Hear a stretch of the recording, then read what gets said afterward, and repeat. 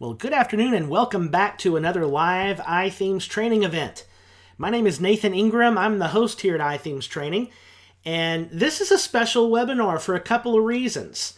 This is the last iThemes Training webinar of 2017, so we're ending things strong with Diane Whiddon. She's going to be talking to us about websites as a story, and we'll be talking about that in just a minute.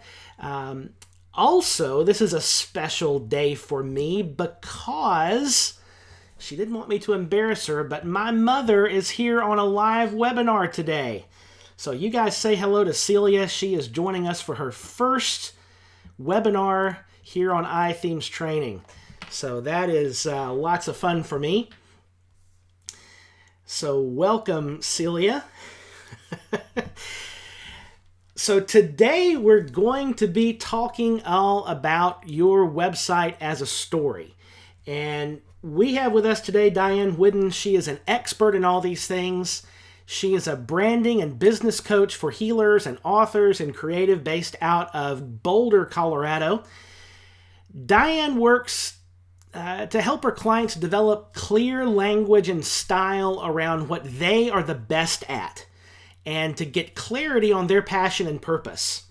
So today she's going to talk to us about how to create website content that's a dynamic journey for your visitors, and how to develop a clear strategy to guide your visitors through your website in a way that gets them to do what you want them to do. So lots of good information today, and this is something I think that all of us can learn something from. So if this is your first iThemes Training webinar, we want to invite you over to the chat room. It's located at ithemes.com/chat.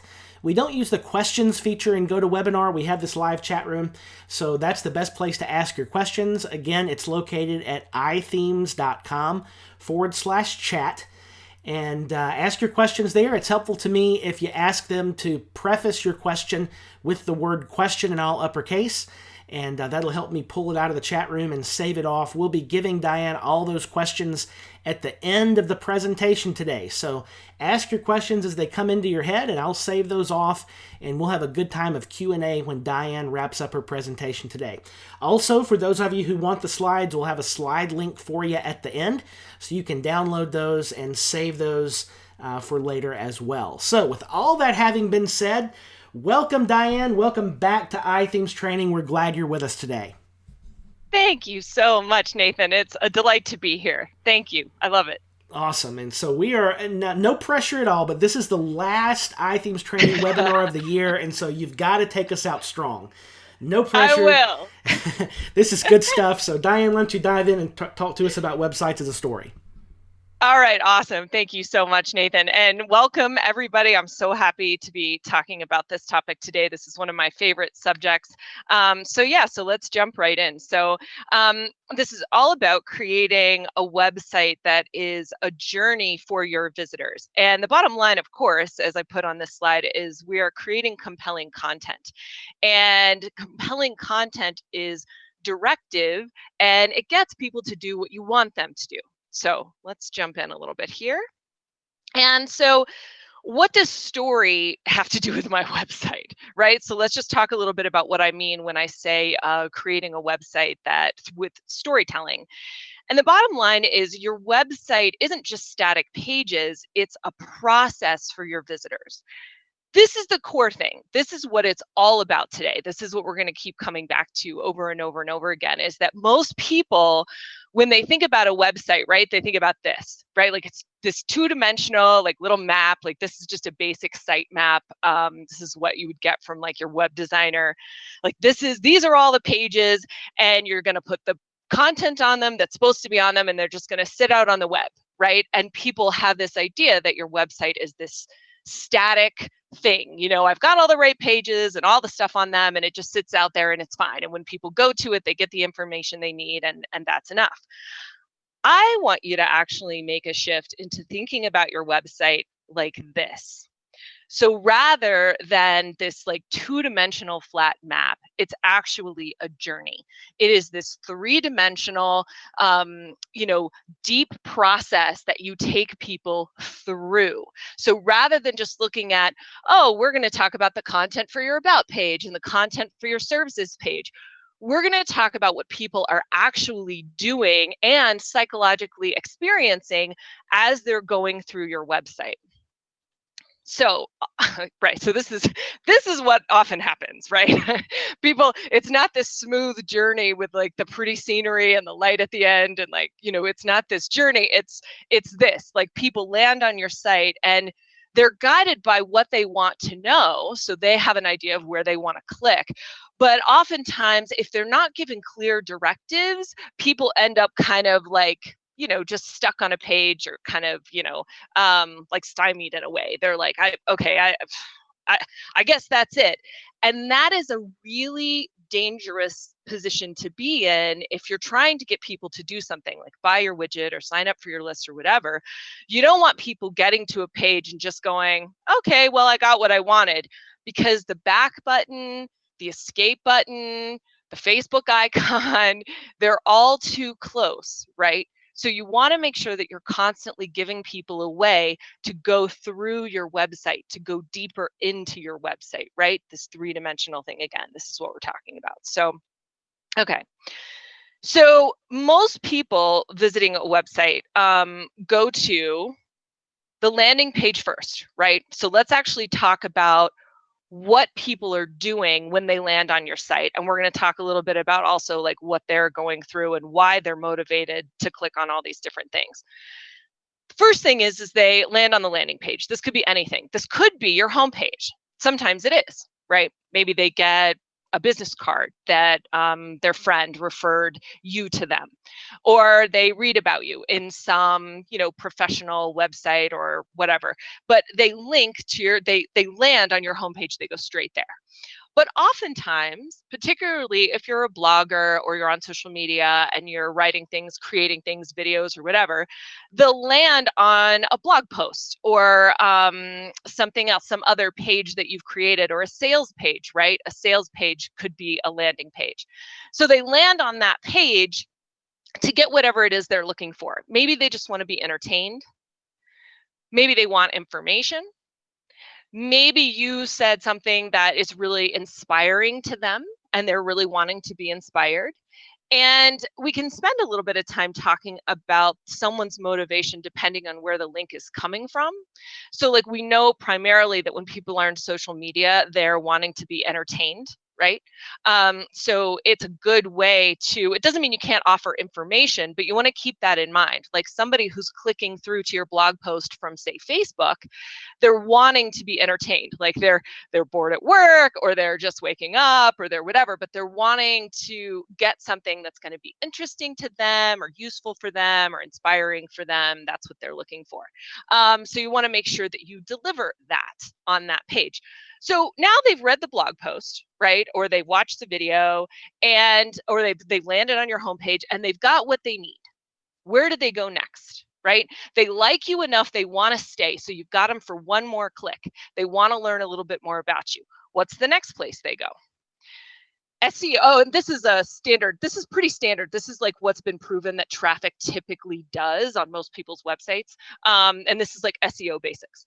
So the second place that people normally go is your services or your products page or your store or whatever, right? This makes sense. They want to see, okay, I like what this person wrote, or I like what this person's about. I want to know what they do. What can this person actually offer me, right? And they want to know the answer to one major question. I really, this is like when I would stop and ask, like, what is that question? And I would say, throw it in the chat if you want. But the main question that people want to know, can I afford you? That's what they're really after on this step. Can I afford you? This is their fact-finding mission. So let's assume they can. You've got them for one more click. Now they're going to go to your about page. Now they want to know, can you deliver? Who is this person? What's your qualifications? Do I even like you? Are we the same? Can you deliver on your promise of your product or your service or whatever? So this right here basically is what people are trying to do most of the time. This is like kind of the process that they go through on your site. Now, when we start to look at this, well, so, and after this, it's a crapshoot, right? The next place they go after your about page. if you're not giving them a clear directive, the next place they go is who knows. And most people don't, right? Most people think of the about page as a throwaway. They're like, oh, I'll just throw up my resume, or I'll just like put up a little formal thing about our company and it's fine. But if you look at it in terms of this process and what people are driven to do when they land on your site, your about page is actually pretty critical and should involve some important elements that we're going to go into. But let's assume like they've read the about page, they like you, they trust you, they get a sense that you can deliver on whatever it is that they need. So the next place they go is kind of a crapshoot. Oh, and let's talk about this. So if the about page comes up first, it's not a very well optimized site. This is another SEO basic, and it's worth a mention. Doesn't mean that it's a bad thing, but it's worth noting. So if you look in your analytics, and everybody has analytics, right? Everyone nod. Yes, we have analytics. We use them, particularly for a lesson like this. Analytics becomes really, really important because you want to see what people are doing on your site and why. Because if they're not doing what you want them to do, it means you need to put in some different directives, right? You need to put in bigger buttons, bigger calls to action. Okay, so. But a lot of the time with many businesses, particularly very small businesses and a lot of service-based businesses, a lot of times Google will list the about page first in a search.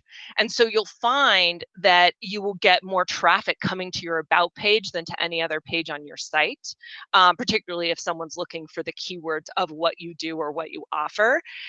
This is because a lot of the times people will not have a lot of content on their homepage and not a lot of optimized content on their homepage.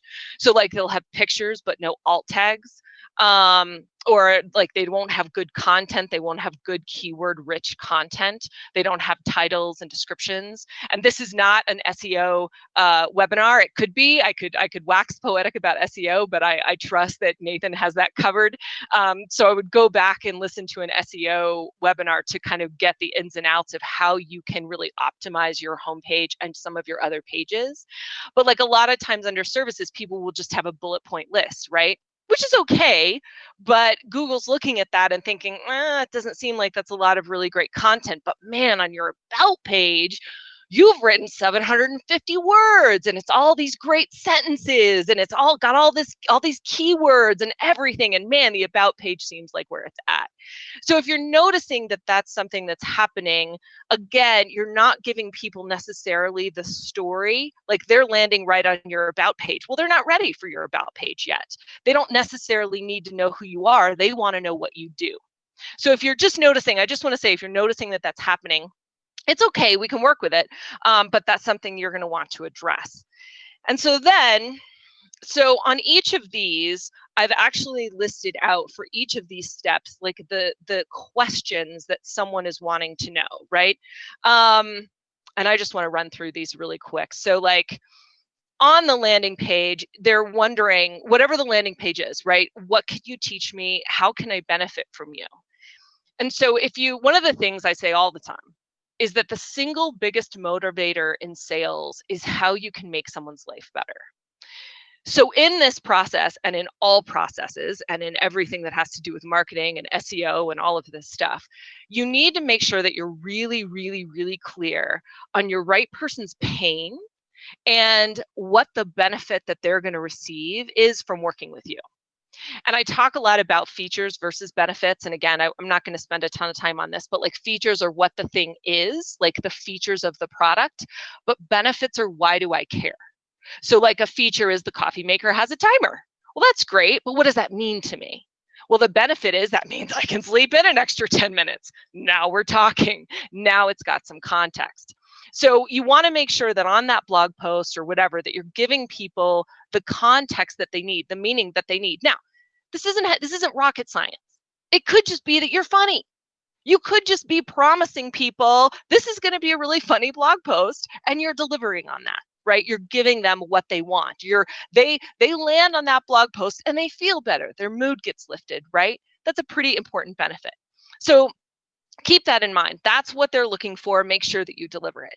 Then on your services product store page, what do you offer? How much can you benefit me? Make sure you're mentioning that as well. A lot of times people on products and services, they will just talk about the features. You want to make sure that you include benefits there as well. And can I afford it? They're just looking for that. They want to know that. If they can't afford you, they're going to leave your site. And there's nothing you can do about that. That's actually great. If they can't afford you, they're not your right person. That's okay. Bless them.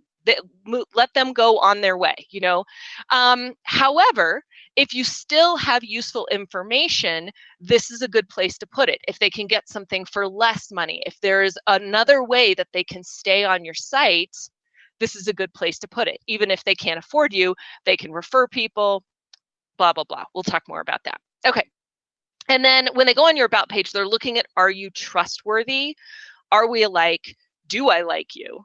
Right? People buy from people they perceive that could be friends to them, right? We want to buy from people that we like, that we enjoy, that we identify with.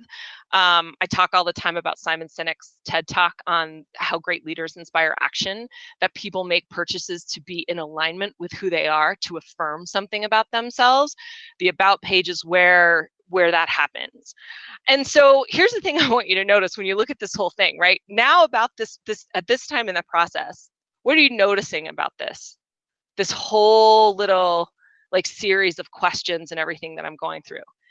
This looks remarkably similar to the formula for a sales page or a landing page, right?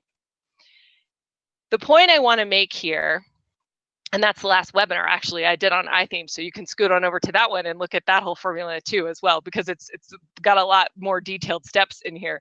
But this whole thing, the thing I want you to get is that this is a psychological process, right? The reason that people's behavior matches this process is this is in alignment with what humans want to know and when they want to know it, right?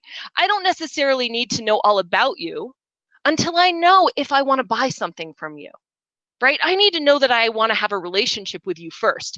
Then I want to know about you, right? And I want to know if I can afford you. That's a bottom line for a lot of people. If I can't, then again, I don't necessarily need to know all this stuff. So I want you to notice that this is a psychological process, that it moves in a certain rational, reasonable way. And that's what marketing is. That's all we're talking about here. So as you think about how you want to create a journey through your website for people, trust your intuition. Trust what seems reasonable and right to you, okay? And I'm going to give you more details, but I just want to make that point that this is just sales 101. This is marketing 101, okay? We're just learning how to do it in a different way. So rather than laying it all out on one sales page, boom, boom, boom, boom, boom, we're actually looking at how to guide people through a website with this process, right? And this is just one, this whole piece here is just one framework. We're going to talk about some more. Okay, so then the next thing that we know in the sales page formula is, okay, so they like us, they're in, they can afford us, they like who we are, they believe that we can deliver, great. Now it's time for some social proof, right? Some good testimonials, and not testimonials of, hey man, you're great, I loved this, that was awesome. Those are fine, but they don't deliver any content, right? So a great testimonial is something that runs along with, again, a story of, and I have a free testimonial product on my site that outlines this. If you want to go to my site and get it, you're welcome to. But again, there's a story to a testimonial, right? What was your problem that you had? What did you expect to get from working with me? What was your experience of working with me? What did you buy? What did you get? And then what was the result, right? Again, taking them through that process. When someone reads a testimonial like that at the end of and maybe you've got that testimonial at the bottom of your about page, right? Maybe even at the bottom of your services page or sprinkled elsewhere. If you've got those kinds of testimonials, someone's reading that testimonial, identifying with the problem that person had, and reading their result, and it's wow, you helped that person, you can definitely help me. So that's the kind of testimonials I'm talking about, testimonials that can really deliver. And then in the sales page process, the next thing to deal with is objections. You know, what are people's barriers to purchase? Money and time are big ones. What else? You know, in your industry, what does your research show is a main reason that people don't purchase or don't purchase now? Whatever. Incidentally, a good little research tool to find those objections is testimonials, right? If your testimonial form that you give to people has that thing, why did you almost not hire me, or what would have stopped you, right? Okay, and so let's talk about objections a little bit more and how you could do it. So at the end of your about page, you could have FAQ, or you could have a link to an FAQ page on your about page where you talk about some of those issues. Somebody somewhere, I saw this was really artfully done. They had a money back guarantee. You know, a money back guarantee deals with an objection, right? Technically, if someone can't afford you, give them a money back guarantee. And their reasoning for the money back guarantee was really important to them. Like it actually, they had a story around it. It was something that was very like important and aligned with one of their values. And they talked about it on the about page, which was perfect placement, right? It just like kept people in the flow. And then CTA stands for call to action. This is where, so think about it. People have gone through this whole process, right? They like you, you've dealt with the objections, like they're in. Now tell them what to do. Be clear about it, right? This is one of the biggest mistakes I see people make in web design and sales in general. Tell people what to do. Make it easy and obvious for them to buy from you, or sign up for your list, or share something with their social network. Whatever it is that you want, make that really easy and obvious for them to do. And we're going to talk more a little bit about that. But then, so what do you want them to do, right? This is maybe the most important question in the entire webinar. What's your goal? What do you want them to do? I can't emphasize this enough. A lot of times, people are either all over the place. People either don't know that they can tell people what to do, right? And they have a website that's full of no calls to action, no internal links, no, hey, click here, buy this, sign up now. There's none of that.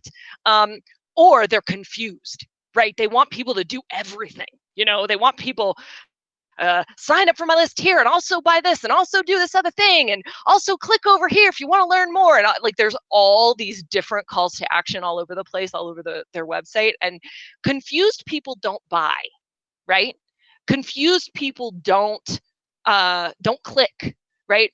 So, you know, it's not necessarily a good idea to give people tons and tons of options. If they're in, they want more of you. Right? They want more of you. Tell them how to get it. Tell them how to get it.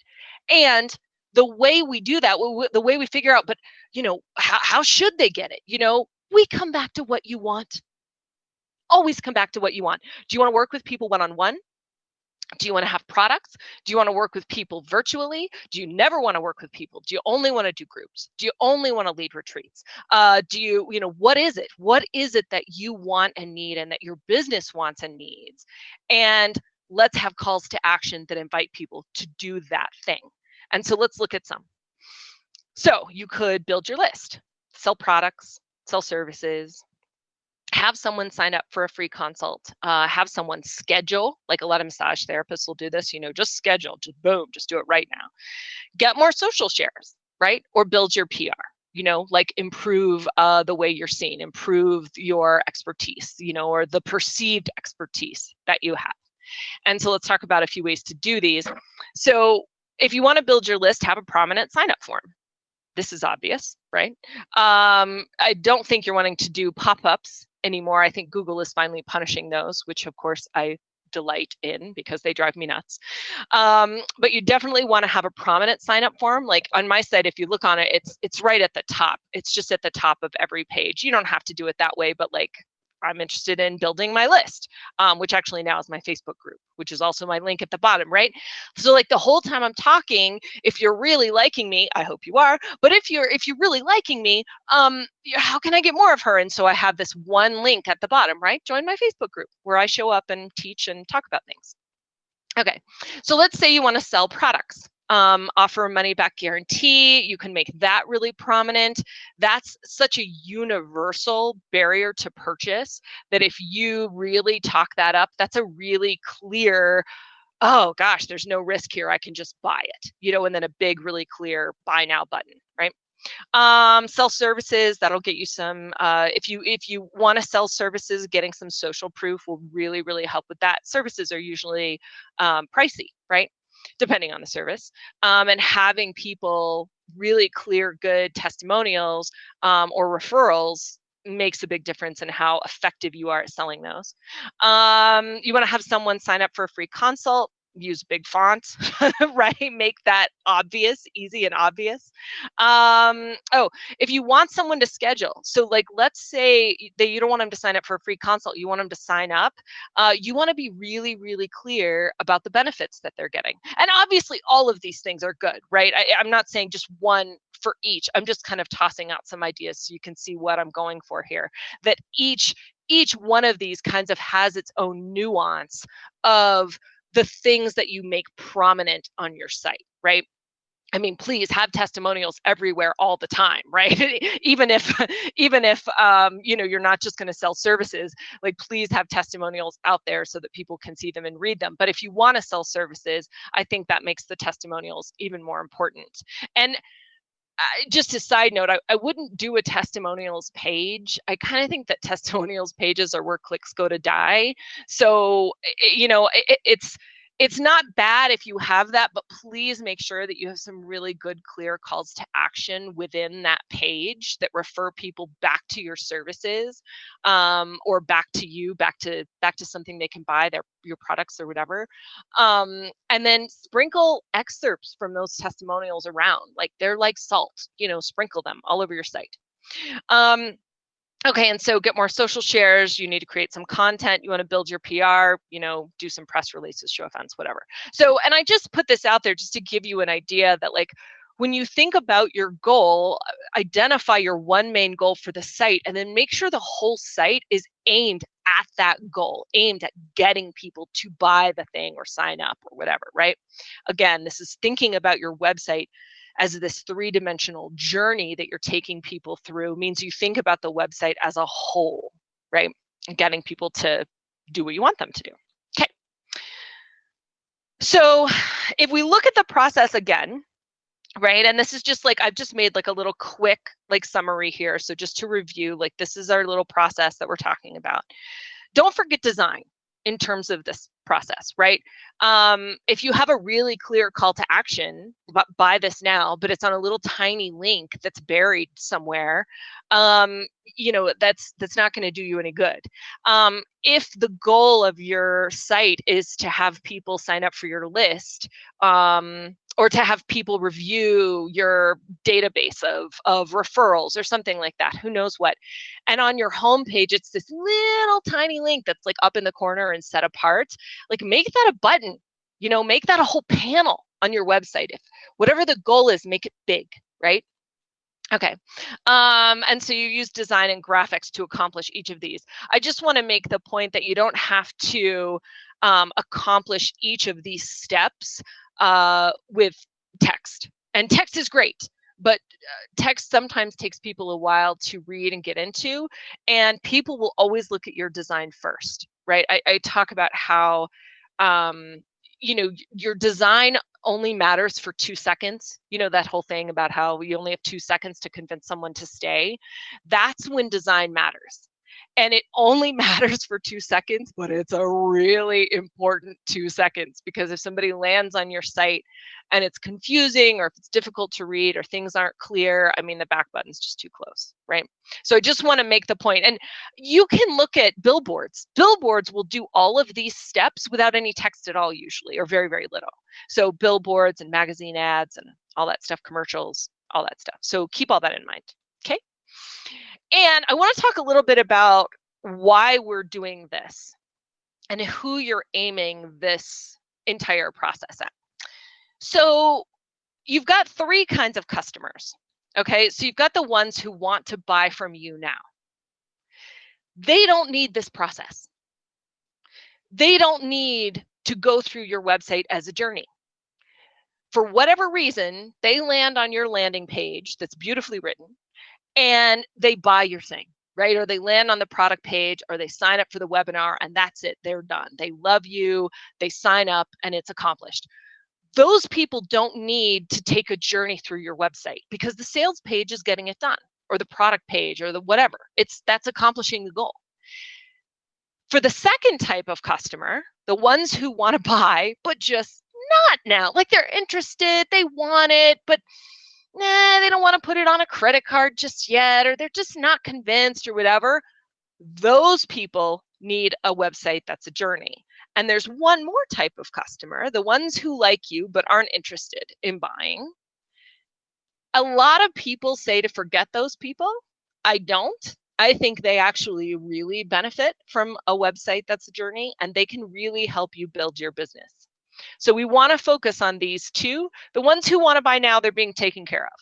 You're the intense marketing things that you've already taken classes on, like how to do the webinar and convert them immediately and write the great sales page and all that stuff's working. It's great. They're being taken care of. But for the person who's like, I like you and I like what you're offering, but just not, and I'm going to call you next month, or I'm going to call you whenever. There are some people who are just going to be like that. It doesn't matter if you have a sale or not. It doesn't matter if your offer has urgency or not. They're just not going to buy from you. It doesn't mean they don't like you. It doesn't mean they're not in. They just need a little more time. So the website as journey is a way to kind of capture their attention. It's a way to keep them on your site and keep them engaged with you, right? And then this is actually a really important demographic, the ones who like you but aren't interested in buying. We love those people. We love those people because they absorb your content. They love what you do. They share it with people. They bring in referrals. They can write you testimonials for free things that you offer. These are great people. You know, I have a little crew of people who come to all my free workshops that I teach in person, and they consistently never buy anything from me. But without a doubt, they bring friends or colleagues or other people, or they talk it up on social media or whatever, and they bring in people who buy from me. So we love these people. And we, again, creating a website that's a journey is adding value to them. All of that's in there, all that information is actually improving their lives, making their lives better. They're learning, they're growing, whatever. Those blog posts, the place I'm sending them. So if we go back to, I kind of want to go back to the, so if we go back to this, thinking of those people, I've got a blog post, and let's say they've already gone through this process, right? They know they like me, they can't afford me, they really like what I do, but they land on the blog post. So I want to make sure that I have some internal links that link to other blog posts, so that person can hang out with me for a while, right? And learn some stuff. Or I want to link to other videos, right? Or other things.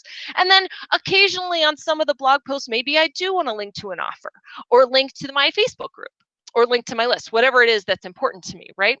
But again, this is thinking about that person who's just not quite ready to buy now. How can we keep them on the site?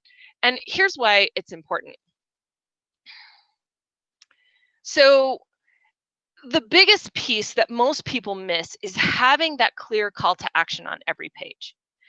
You really need a single clear, or several, you can have several, really clear calls to action.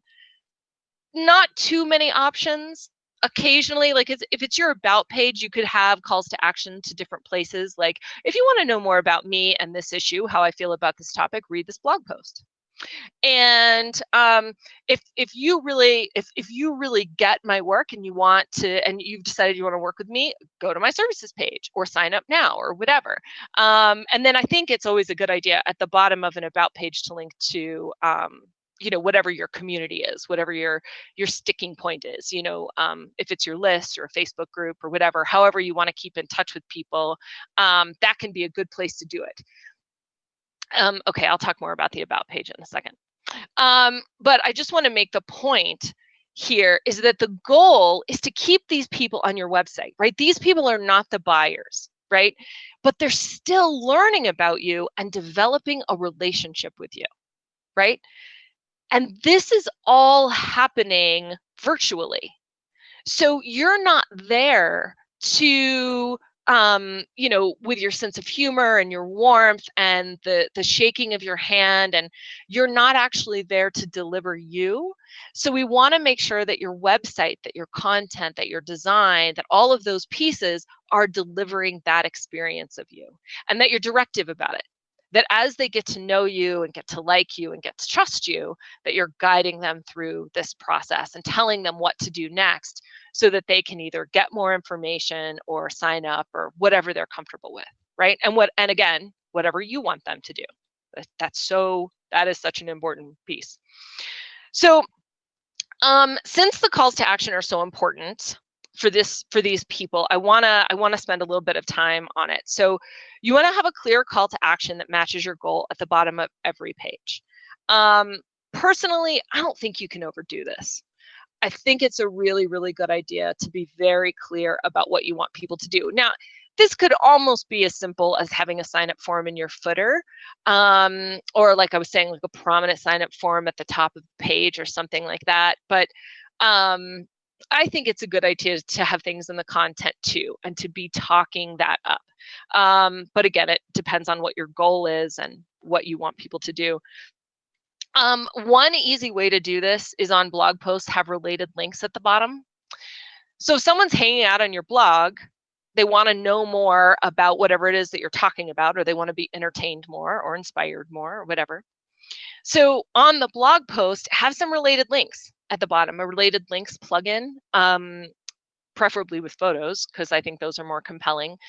But if somebody's read something that they really like, give them an opportunity to stay on your site and read some more about what they like. And on key blog posts where you're really talking about something that's important to you or something that leads to a product or service, have that link at the bottom of the blog post, right? And then have more related links. So they read a blog post about why you're so passionate about photography, or your favorite thing to do, when you're cooking, peas. I don't know, whatever it is that, assuming you're a chef, right? if you're a mechanic and you're writing about your favorite thing about cooking about peas, I don't know that that's going to be the most compelling blog post to relate to a product, but you get my point. So at the bottom of that post, if you want to learn more, if you think you might like to work with me, or if you think you might like to buy my recipe book, click here. It's right here. And if not, here are the related links at the bottom under that.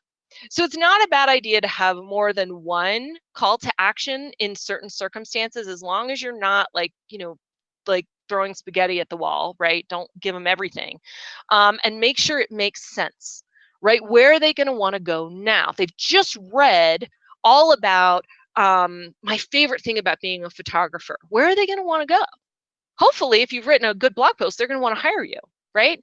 Or maybe you do like a spotlight on particular couples or something, their favorite things that they wanted you to photograph, or that they wanted you to make a keepsake out of, or whatever that they could keep.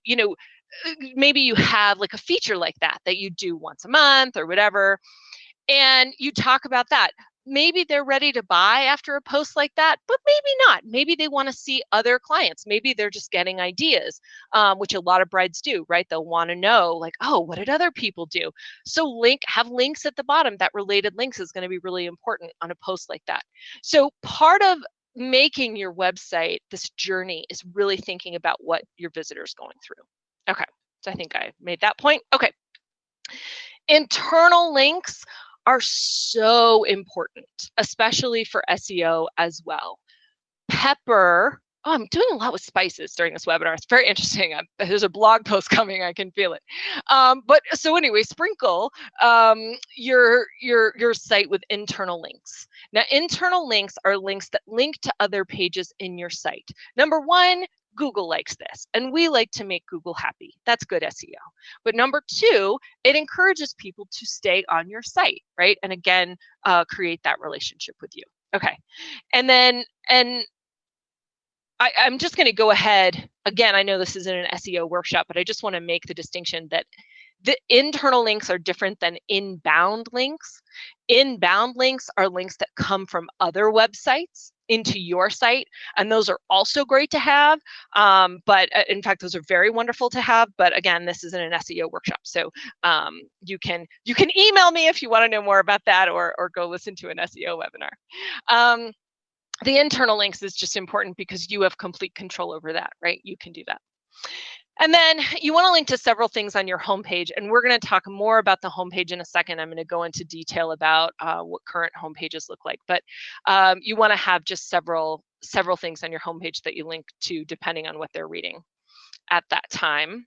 And then again, so just to review, this is the little process that we're talking about. And more important than understanding landing page, services page, about page, I want you to really understand what people are looking for when they're landing on each of those. That's the most important part of the process, right? Not the actual pages themselves, but what people are going through as they're clicking on your site.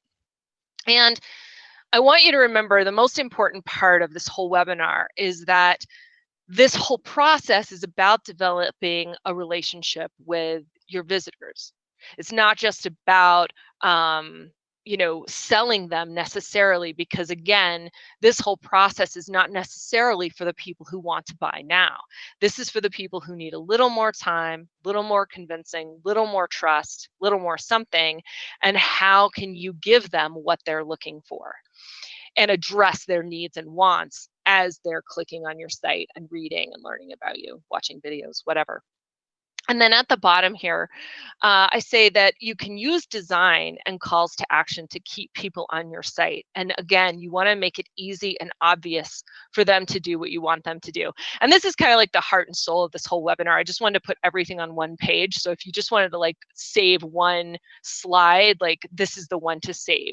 And then given all of this, I want to talk for a minute about homepages. Yeah. So I want to spend a little time talking about homepages because they're pretty specific and important nowadays. And I want to talk about why. So good design at the end of the day does not distract or confuse your visitor, right? That's obviously, right? We want to enhance the message that you're trying to get across and not confuse them. And old design sucks. It just does. It's based on print design. It's not good at communicating with your visitor. This is one of the things that I will say when it comes to storytelling. Like if someone lands on your homepage and you've got an old homepage design, it's really going to hinder your ability to interact with your visitors, because so many visitors are looking at your site on mobile devices. So this really quickly is my old website. I actually got it off of the Wayback Machine. I love that site. But anyway, this is like back when I was doing website design years and years and years ago. And I still love this site. It still makes me smile. I had this design for the longest time. But you can look at it, it's like a piece of paper laid on top of a background. And like this was the part that, we looked at, and this they could see depending on their screen size, right? This was back in the 1024 to 878 days or whatever it was. And so this is like, and it's fine for that, but nowadays people are looking at things on mobile devices and it's just clunky. Like this is an old blog post that we wrote. You can see this is from 2011. So this is an old blog post that we had written, and there's the side stuff over here, the little sidebar and everything, and it's just too difficult to look at. Hopefully nobody on this webinar has a page, has a site like that anymore. And the reason that this is important, okay, obviously it's not responsive, right? We know all this stuff. It focuses on clicks instead of scrolling. This is an important part of storytelling. Understanding how someone engages with your site is really important, right? It's one of the reasons nowadays that it's not enough to have just a little link with a call to action. You want to have a big fat button, because most of the people, right? It's high now. It's like 50 to 60% of the people looking at your site are looking at it on a mobile device. So you really want to keep that in mind with your placement of your calls to action and your links and what you're asking people to do. And this old design, yeah, is totally about breadth, not depth. It's totally about the two-dimensional thing as opposed to this journey thing, this depth of taking people into your website and guiding them through it. And yeah, it's bad user experience because people are overwhelmed and it's cluttered and it's not good. Okay. And then why it matters. Confused people don't buy, right? Obviously. And okay, so this is interesting too, just so you know, like this is a little interesting example here that I have of features, right? And benefits, right? This is the thing. These are all the things I'm describing old design and kind of why it sucks, right? Why it isn't great. And then I'm giving you the context, right? Confused people, frustrated people, overwhelmed people, they don't purchase, they don't click, they don't sign up, right? So, okay, just food for thought. Okay. One page or stack panel design is what everybody's doing nowadays. That's what you're seeing. And even if the home page is, even if it's not a one-page website and it's actually they've got a home page and then several other pages, the home page still has this stack panel design.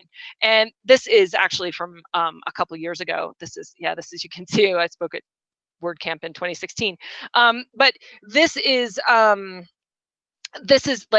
stack panel design, right? Like this is one panel, right? And it's really clear, one statement of what I'm trying to say. Then this is like my whole little thing. And then I had a testimonials thing. And then this is what I did. I actually think that, yeah, the testimonials was above that. Okay. And the reason I mention all that is because I actually want to give you a storytelling formula for the homepage itself. You could do this on your own and figure it out on your own, but I mean, why don't I just deliver it? So the great thing about stack panel design, I'm just going to tell you a little bit about why it's great. It forces you to be clear and focus on what really matters. Because somebody could be looking at it on a cell phone, you don't want to wax poetic about, your services and who you are and what you're doing and all that stuff. No, be really clear. It's got those 3 icons, boom, boom, boom, workshops, clients, coaching, whatever they were. Like that's it. Like you're getting a sense of what I do and what I'm about without having to read a whole bunch of copy, right? Forces you to be concise by telling the story of your biz in big blocks and referring people to landing pages for more detail. So services or products or whatever.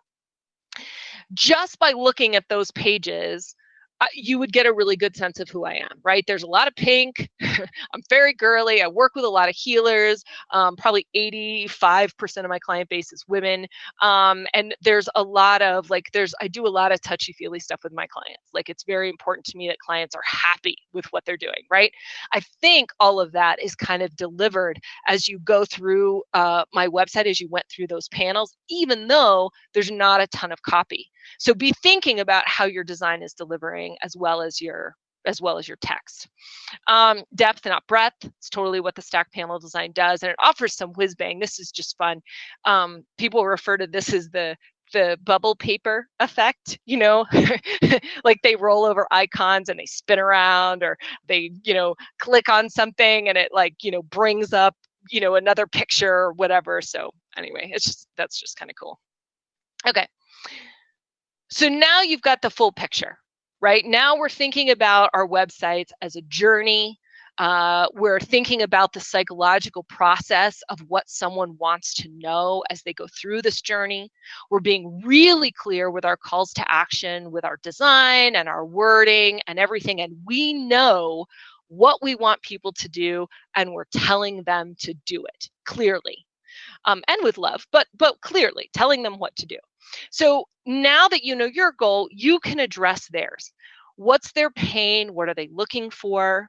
And how can you put that together in a clearly communicated stack panel site and a clearly lit journey through your website to give them what they need and what they need to know to get the benefit of your work?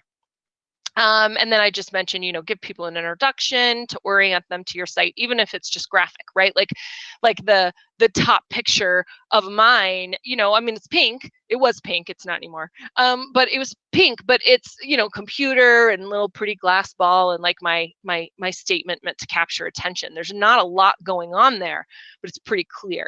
Consider layout, color, font choices. Make sure you're delivering the right feel. Again, this is all a part of the journey.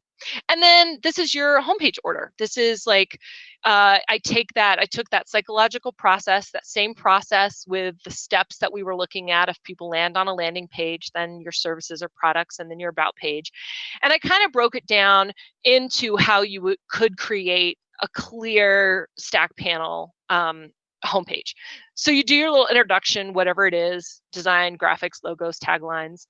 And then this is actually something, I don't think I did it on my old one, but nowadays, particularly because people are really used to the stack panel site, just give them services, right? Go right into services and products. They don't need to know about you. Give them services and products right after, pretty quickly. And I actually think I do this with a little bit of about me. I do a little on my current site. There's a pic of me and like a letter, but it's an intro into my work. It's an intro into what I do, and I have some features and benefits in there, quite a few. And then you've got your about page, where you talk about your team, use bubble wrap effects, and then FAQ. Now, FAQ, remember, this is the obstacles piece, right? Dealing with obstacles and barriers to purchase. You can have a nice little FAQ section where you deal with like let's say, like I have a client who's a hypnotherapist, right? A lot of people don't know what hypnotherapy is. So a really good thing that she needs to be telling people right up front is what she does and how it can benefit them. If what you do involves a point of education, right? So a lot of people, let's talk about this for a quick second. A lot of business owners are like, I do this, but people don't even know they need this. I do this certain thing, but people don't know that they, I actually think when I gave this talk at WordCamp a couple years ago, it could have been the year before. I remember this woman coming up to me. It was so great. She was a landscape artist. And the more I was talking to her about what she did, she was saying her passion was like getting people to fall in love with their plants, like developing a relationship with their plants. And I have a black thumb. Like there's just no way. I kill everything that comes into my house. Even cacti are not safe. But the way she was talking about it, I was so intrigued. I was like, wow, like I could have a relationship with my plants, like it's amazing. I love plants. I so want to grow plants, just because she was so passionate about it. But before you talk to her, who out there is saying, I need to find a landscape artist that will teach me to relate to my plants? Like that's not a thing. Or if it is, it's very rare. So one of the things that we talked about was creating some blog posts and making it somewhere prominent on her site, an FAQ right here on the homepage, right after she talks about who she is, would be a really good place to deal with, like, what's your passion about your work? What's the thing that you love the most? And it's like, I love giving people a beautiful lawn, a beautiful space, a beautiful backyard, and then watching how they fall in love with the plants that are creating it, or something to that effect, right? So anyway, so that's kind of a thing. Like this is a good place to put in a little education about what you do, to show people they need it. They don't even know, right? Location, this is a good place to put a map if you're brick and mortar. If you're not brick and mortar, skip it. Put it in the footer. Quotes and testimonials, again, make sure the testimonials are good ones. And mission statement, quotes, tagline, this is optional. You don't have to have this in there. But if you just have something fun to say or something you want people to know about working with you, it's good. And then end with a call to action. Again, that is easy and obvious. And that's it. That's my webinar. That's the whole thing about building a relationship with people by taking them on a journey through your website. And yeah, that was really fun. I love this stuff. Well, thanks, Diane. That's some really excellent information today. We have a few questions that are stacked up here, but let me invite those of you, especially those that join later, if you have not gone over to the chat room yet, it is located at ithemes.com/chat, ithemes.com/chat. That's the best place to ask your questions. So go ahead. This is a good chance. I've got a few questions here saved. But if you have not yet asked a question, go ahead and put that in there in the chat room, and we'll get that over to Diane here momentarily. I've also dropped in the chat room the link there to this Facebook group that is on your screen right there. That is, Diane, that's a free group, correct? Tell us a little bit about what happens there. Oh, it is. Yes, totally free. It's just a bunch of healers and creatives, and we all like talk about what we're doing in our businesses, and people post things. They get feedback on things they're creating, things they're doing. Yeah, it's just a great little group. I love it, and I show up at least once a week, usually 2 or 3 times a week, with lessons or tips or inspirational things. Yeah. Super. So if you've enjoyed what you've heard from Diane today, this is a great way to further connect with her. And Diane, you're also going to have another offer for those attending this webinar. Is that correct? There's a 60-minute website review. Yes, I will. As a matter of fact, should I pull up the page here? Yeah, go ahead and share that page. Okay, awesome. Yeah. Yeah, so this is a website review where we basically like get on a Zoom call, and I look at your website, and we record it so you can keep it for later. But we get on, we look at your website, and I go through all of the pages. I look at your SEO, the design, the content, the copy, everything that you've put together, and I give you ways to maximize it and optimize it. It's all about giving your website an upgrade with some quick, easy action steps that will get you results. The whole reason I developed this is a lot of people make a lot of really simple, common mistakes with their websites. And if I can just get on the phone with people for an hour, I can really give them some tips that will improve their business and get them towards their goal, whatever that is. Without like having to spend a bunch of money and time and like overhauling your site. Like most of the time, that's just not necessary. So that's what this was designed for. That's awesome. And you guys, I was part of an event earlier this year at WordCamp Denver where Diane sat on a panel of website reviews. And I'm going to tell you, she brings some very, very good observations about how to improve an existing website. So if this sounds like something that would be a benefit to you, have another set of eyes look at your website and offer a professional review of everything from content to SEO to how you're organizing your information, all of these things. There's a good discount here through 12/24. The coupon code is I Love iThemes. So take advantage of that and get Diane's expertise pointed toward your project. So this is a great offer. And let's just leave that on the screen as we do a couple questions, if that's all right, Diane. Great. That sounds great. Thanks, Nathan. So here's a question from Girl Who Can't Type. She asks, is it a good idea to add testimonials on the About page? What do you think about that? I love that. Yeah, I think that's a great idea. I think, they're already, that it's so interesting when someone's on the About page, you've got them. That's just so much. If they're, because you think of it, there's so many things they could be doing right now with their time. There's so many things they could be reading and watching, and they're reading about you. So they're invested. So I think this is a perfect time to give them a little social proof, to give them a little, I also, incidentally, I've got a free product on my site too about how to write a great bio. So feel free to visit that as well. But yeah, like I would sprinkle some testimonials. I don't think they need to be long, because if they're on your About page, they really want to learn about you. But some excerpts, yeah, I would sprinkle a few on there. That's great. And maybe even some testimonials that speak to, you're talking about yourself and your proficiency in a certain area. Have a little testimonial excerpt that talks about that. Yes, exactly. Yeah. So Dave had a little piggyback on that question we just asked, which is, what do you think about what's the balance between testimonials on a landing page versus your About page? He says it seems like from the content, it's best to have most on the About page, but should you have some on your landing page? What do you think? I actually think it's good to have most of them on the services page. And thank you for asking this question, because I probably wasn't as clear about this as I could have been. So when you look at the process that I outlined for you guys, people land on the services page for that quick fact-finding thing, right? They're not going to read testimonials on the first time there. They're just, can I afford you? What do you do and can I afford it? Then they go to your About page. They fall in love with you. You're amazing. They like you. Then they go back to the services page or the product page, right? Hopefully. And you've got a call to action there at the bottom of your About page saying, hey, sign up for my thing, buy my goodie, whatever. And so then on your services page, that's when they're wrestling with their decision right before they're clicking the buy now button. I think the services and product page is the best place to have some really thoughtful and thorough testimonials. And then second to that, I would say is probably the about page.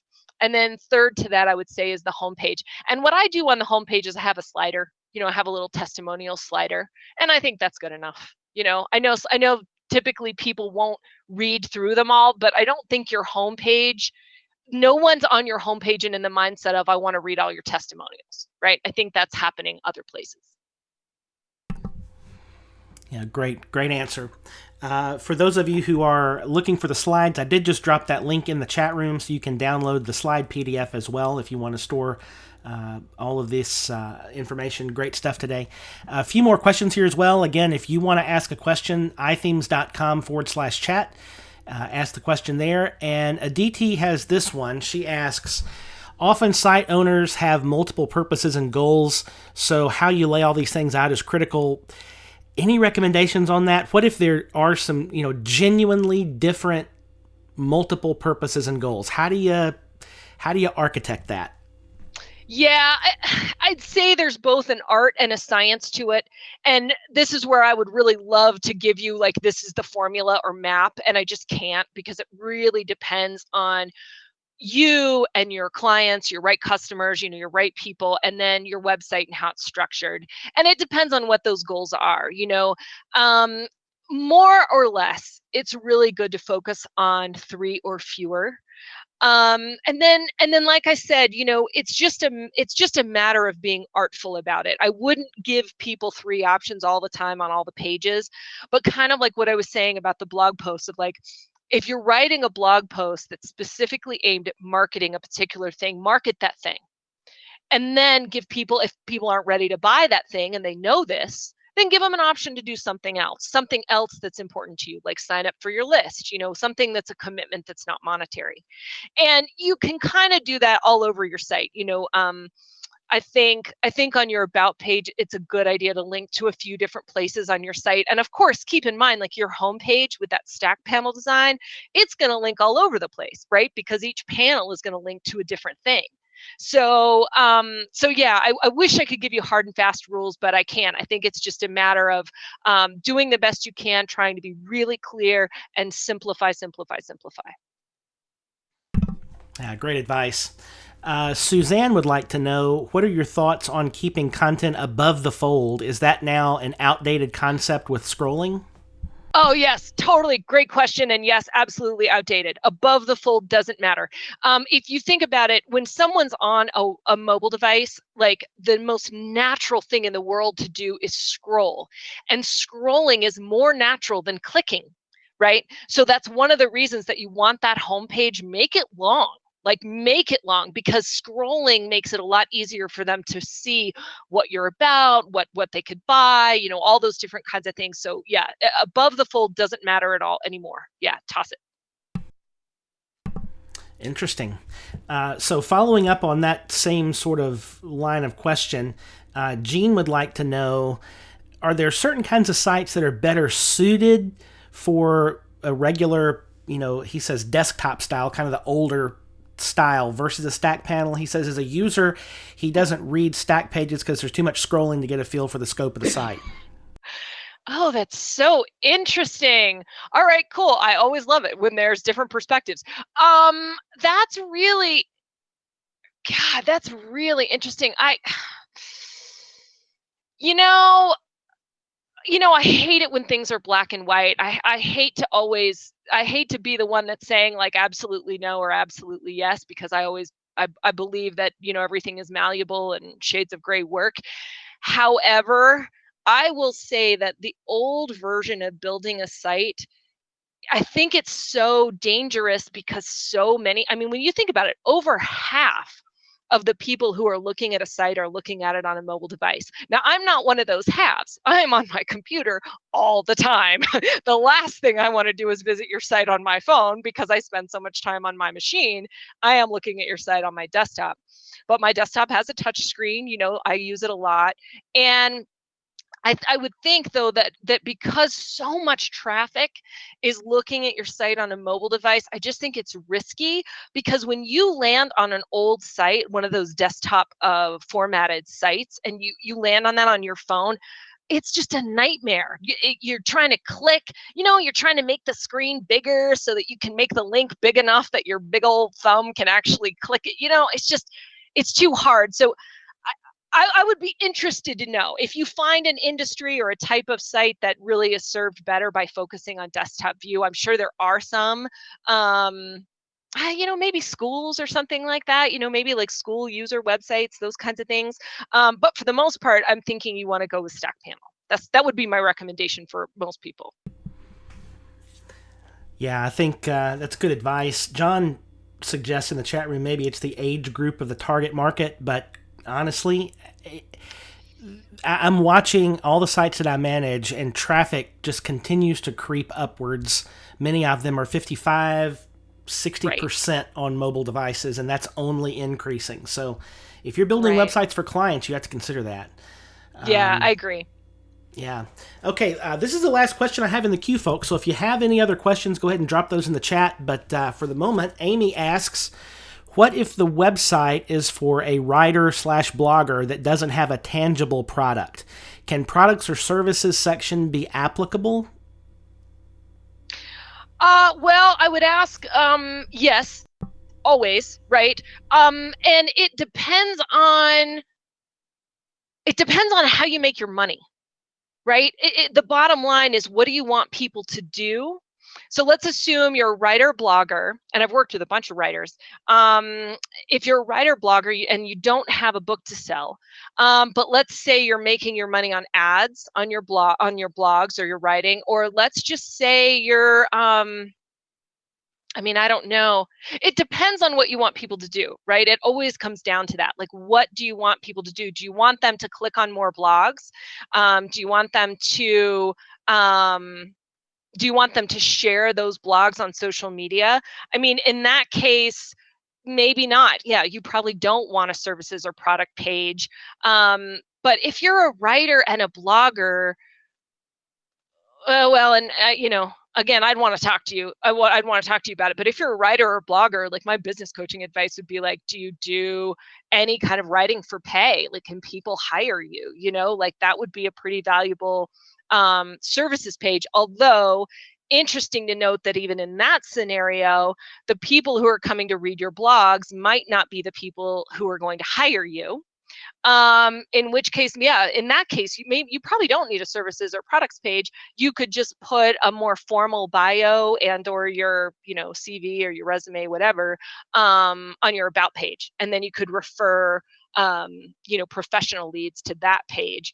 And then your traffic, if you really just want to write blogs and you want to up your traffic, and you're making your money from ads or for your audience, like, maybe you're getting, a lot of writers will get hired by a magazine, or they'll be asked to contribute to a book or something, who knows what, based on how many followers they have. So you're really wanting those social shares and like more followers or whatever. So that would be the main place that you would be referring people. That would be like the primary call to action that you would have all over the place. Yeah. Fantastic. And okay, one last question. Dahlia would like to know, would you put a call to action on every blog post then? So yes, yes. And I will say very freely, this is one of those things, do what I say and not what I do. Because I often write blog posts and then I'm so tired that I just like post it like I'm done. So if you go to my site and you're like, well, she didn't put a call to action, that's one of the things that's on my to-do list. It's one of my things that I'm like, I really need to go in and optimize those last few blog posts and put in those internal links. And if you like this post, read this other post, and link to other things, and have the, update the SEO and then put a call to action at the bottom of every post, So yes, I would say yes. Although keep in mind, and here's why I'm lax about it, right? Like one of the reasons is I'm like, technically, I have a call to action at the bottom of every post because I have related links. I have a related links plugin, right? So technically, there's a call to action there. And that can be enough. Like I wouldn't necessarily, you don't have to be militant about it, but again, like just make sure you're not missing too many opportunities to tell people to do what you want them to do. So do what feels right.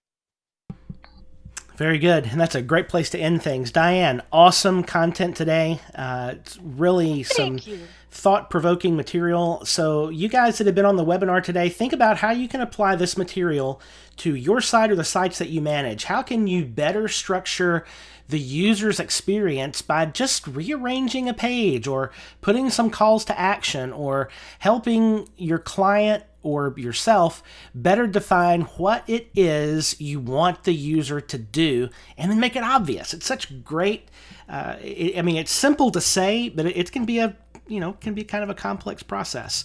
So if you'd like Diane's input on kind of hammering these concepts down in your world, take advantage of this 60-minute website review. She's got a great offer there. Make sure you use that coupon code and take advantage of what she's offering for us here as well. And then, of course, join her Facebook group. We dropped the link in there. I'll do that again really fast here as well. One more time for the link to the slides as well there in the chat room also. So, Diane, any last words as we wrap up today? No, just to thank you. A lot of gratitude to everybody for being here, and thanks so much. I'm honored that I'm finishing out the year for you. I think this was great. This was so much fun for me. I really appreciate it. That's great. It was a great way to end. So thank you guys for investing the last hour with us here on iThemes Training. We definitely appreciate you. Make sure you click the link below the chat room to look at the schedule of upcoming free webinars. You'd be happy, love for you to join us on all of those as well. Hope you have a great rest of 2017. Hope you're going to be able to take some time off with friends and family and enjoy the holiday season. And I will see you next year back here on iThemes Training.